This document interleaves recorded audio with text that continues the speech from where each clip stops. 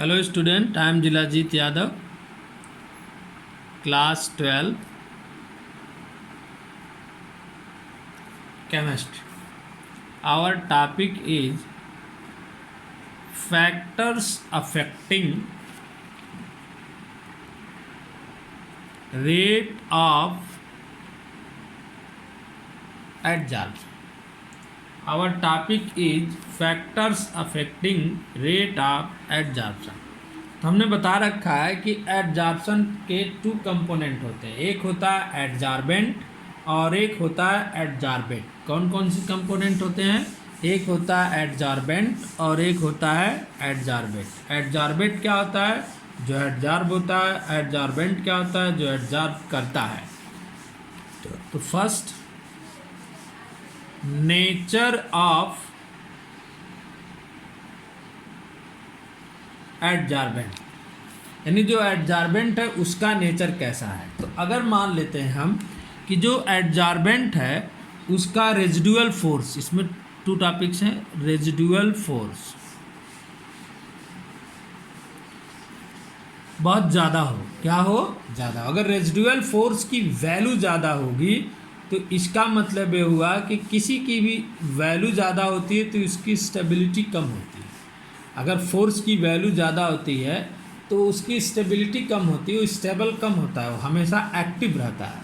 तो residual force अगर ज़्यादा है, ग्रेटर है, तो स्टेबिलिटी भी क्या होगी? ग्रेटर होगी। और स्टेबिलिटी ग्रेटर हुई तो इसकी मीनिंग यह हुई कि उसकी एनर्जी क्या होगी? ग्रेटर होगी, एनर्जी भी ज़्यादा होगी। और जब एनर्जी ज़्यादा होगी तो एडजॉर्प्शन भी क्या होगा? ज़्यादा होगा।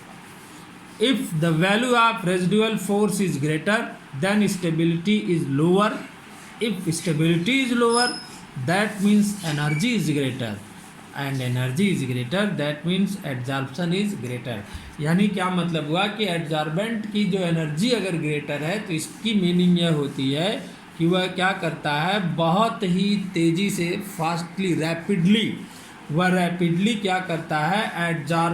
जो एडजॉर्बेंट होता है उसको रैपिडली एडजॉर्ब करता है। और बहुत तेज़ी से, अगर जो हमारा कैटालिसिस है, जब वो बहुत ही तेज़ी के साथ जो है रिएक्टेंट को एडजॉर्ब करेगा, तो जितना तेज़ी के साथ रिएक्टेंट को एडजॉर्ब करेगा उतना ही तेज़ी से प्रोडक्ट का फॉर्मेशन होगा। तो इसका मतलब हुआ कि अगर एडजॉर्बेंट का रेजिडुअल फोर्स जो है उसकी वैल्यू इंक्रीज कर दें, बढ़ा दें या ज़्यादा हो, तो स्टेबिलिटी कम हो जाती है, लेस हो जाती है। और स्टेबिलिटी लेस हुई तो एनर्जी ग्रेटर हुई, और एनर्जी ग्रेटर होते ही जो एडजॉर्प्शन है वह भी क्या हो जाता है? ग्रेटर हो जाता है, बहुत ज़्यादा हो जाता है। Number 2, surface area. Surface area, surface area मतलब कि जो हमारा एडजॉर्बेंट है उसका जो उसके सरफेस की एरिया कितनी है। सरफेस की एरिया जो है, अगर उसकी सरफेस की एरिया को हम कम करेंगे तो एडजॉर्प्शन कम हो जाएगा। क्या हो जाएगा? कम हो जाएगा। क्यों कम होगा? क्योंकि उसकी सरफेस की एरिया जैसे बहुत बड़ा है, उसको छोटा कर दिए, तो छोटा कर दिए तो कम मालिक्यूल को अपने सरफेस पर एडजॉर्ब कर पाएगा। और जैसे ही कम मालिक्यूल एडजॉर्ब होंगे तो एडजॉर्प्शन क्या हो जाएगा? कम हो जाएगा। अगर सरफेस एरिया को इंक्रीज कर दें, बढ़ा दें, तो एडजॉर्प्शन तब क्या हो जाएगा? बढ़ जाएगा। क्यों बढ़ जाएगा? क्योंकि जैसे ही सरफेस एरिया इंक्रीज करेगी तो उसकी एरिया बढ़ने से ज़्यादा मालिक्यूल एडजॉर्ब होंगे, और ज़्यादा से ज़्यादा मालिक्यूल एडजॉर्ब होंगे तो एडजॉर्प्शन क्या कर जाएगा? इंक्रीज कर जाएगा। और अगर हम सरफेस एरिया को डिक्रीज कर दें, डाउन कर दें, तो इसका मतलब हुआ कि एरिया डाउन होते ही जो एडजॉर्प्शन है वह कम मालिक्यूल का होगा, और कम मालिक्यूल का होगा तो रेट ऑफ एडजॉर्प्शन भी क्या हो जाएगा? कम हो जाएगा। क्या हो जाएगा? कम हो जाएगा। Number 2, nature of adsorbent. जो एडजॉर्बेंट का नेचर है उस पर डिपेंड करता है। तो इसमें 2 टॉपिक है। Number 1, critical temperature.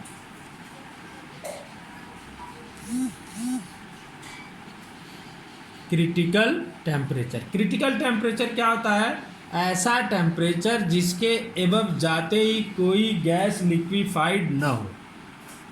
It is the temperature above which gas cannot be liquefied by the alone effect of pressure। यानी ऐसा टेम्परेचर जिसके ऊपर यानी एबव जाने पर कोई भी गैस लिक्विफाइड ना हो केवल प्रेशर से, यानी चाहे प्रेशर की वैल्यू हम चाहे जितना कर दें, लेकिन अगर टेम्परेचर की वैल्यू उससे ज़्यादा कर देंगे तो हमारी जो गैस है वो लिक्विफाइड नहीं होगी। तो उस टेम्परेचर को क्या बोलते हैं? Critical temperature. सभी गैसों के लिए क्रिटिकल टेम्परेचर की वैल्यू जो होती है वह डिफरेंट होती है, इसलिए कांस्टेंट वैल्यू नहीं, इसलिए इसकी कोई फिक्स वैल्यू नहीं है, इसलिए उसको यहाँ नहीं लिखा जाएगा। क्रिटिकल टेम्परेचर के मतलब इतना समझ लो कि ऐसा टेम्परेचर जिस टेम्परेचर के एबव जाने पर कोई भी गैस लिक्विफाइड नहीं होती, यानी लिक्विड में चेंज नहीं होती, चाहे हम प्रेशर की वैल्यू चाहे जितना इंक्रीज करते जाएं या डिक्रीज करते जाएं, उसका कोई भी इफेक्ट नहीं पड़ेगा। ऐसे टेम्परेचर को हम क्या बोलते हैं? Critical temperature. लैंग्वेज लिख दे रहा हूँ, it is the temperature, it is the temperature above which gas cannot be liquefied by the alone effect of pressure, alone effect of pressure. तो क्रिटिकल टेम्परेचर को रिप्रेजेंट करते हैं T C. T means temperature, C मतलब critical. Critical temperature की value हम जितना ही increase करते हैं, एडजॉर्प्शन भी क्या होता है? उतना ही इंक्रीज होता है।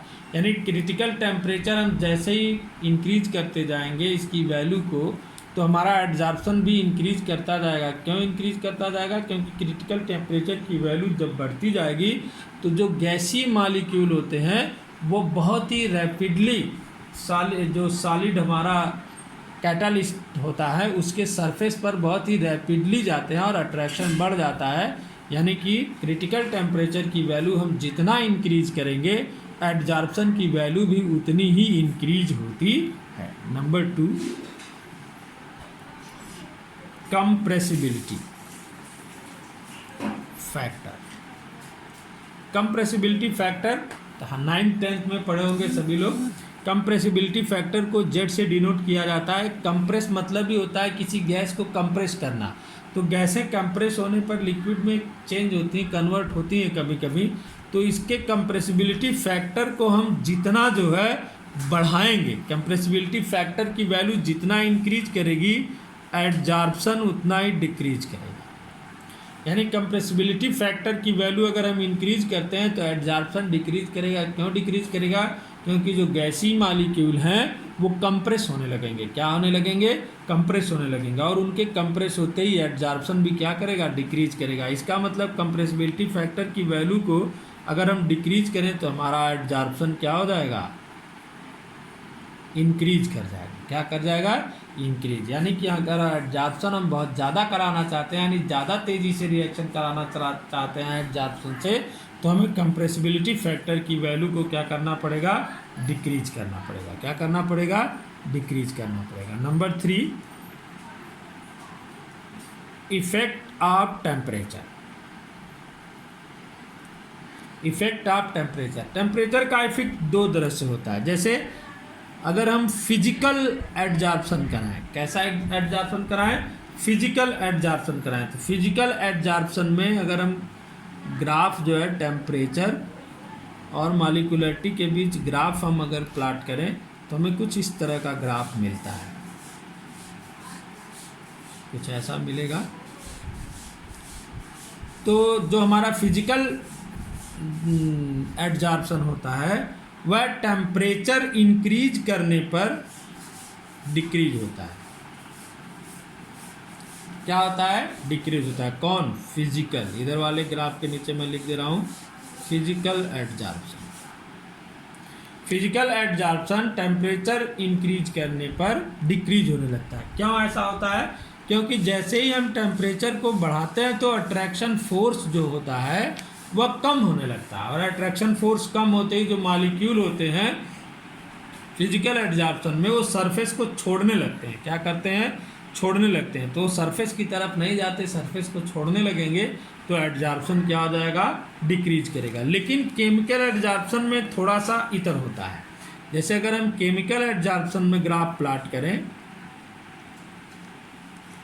तो हमको ऐसे ग्राफ मिलता है।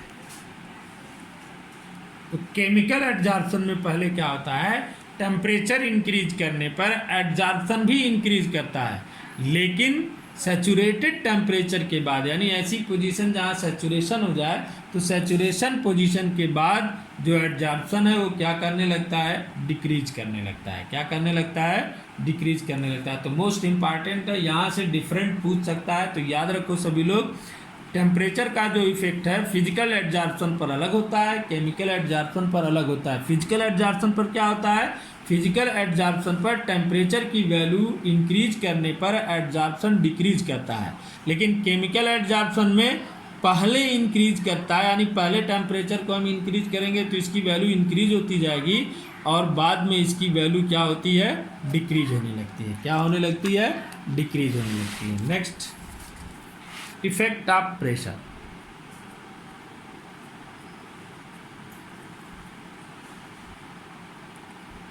इफेक्ट ऑफ प्रेशर, अगर हम प्रेशर और मॉलिक्यूल में ग्राफ प्लॉट करें इस एडजॉर्प्शन के लिए, तो ग्राफ हमको ऐसे मिलता है।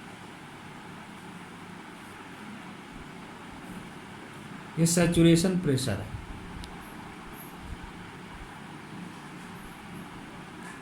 क्या मतलब हुआ कि यहाँ पर जब प्रेशर की वैल्यू पहले हम इंक्रीज करेंगे तो एडजॉर्प्शन भी इंक्रीज हो जाएगा। क्या हो जाएगा, एडजॉर्प्शन भी इंक्रीज हो जाएगा थोड़ी देर तक, लेकिन जैसे वो सैचुरेशन प्रेशर पर पहुंचता है उसके बाद इसकी वैल्यू कांस्टेंट हो जाती है। क्या हो जाती है, कांस्टेंट हो जाती है, यानी एडजॉर्प्शन की वैल्यू न तो वहाँ पर फिर बढ़ती है न ही घटती, वहाँ तक पहुँचकर जितना हो जाती है उतनी ही रहती है। तो इफेक्ट ऑफ प्रेशर क्या हुआ एडजॉर्प्शन पर, पहले अगर हम प्रेशर की वैल्यू इंक्रीज करें, प्रेशर बढ़ाते जाएं, तो जो हमारा एडजॉर्प्शन है उसकी भी वैल्यू क्या होती जाएगी, इंक्रीज करती जाएगी, बढ़ती जाएगी। लेकिन जैसे ही यह सैचुरेशन प्रेशर पर पहुंचता है तो तुरंत इसकी वैल्यू क्या हो जाती है, कांस्टेंट हो जाती है। जो स्ट्रेट लाइन है ये हमको क्या बता रही है कि इसकी वैल्यू क्या हो जाती है, कांस्टेंट हो जाती है। क्या हो जाती है, कांस्टेंट। तो ये नेक्स्ट ये टॉपिक है।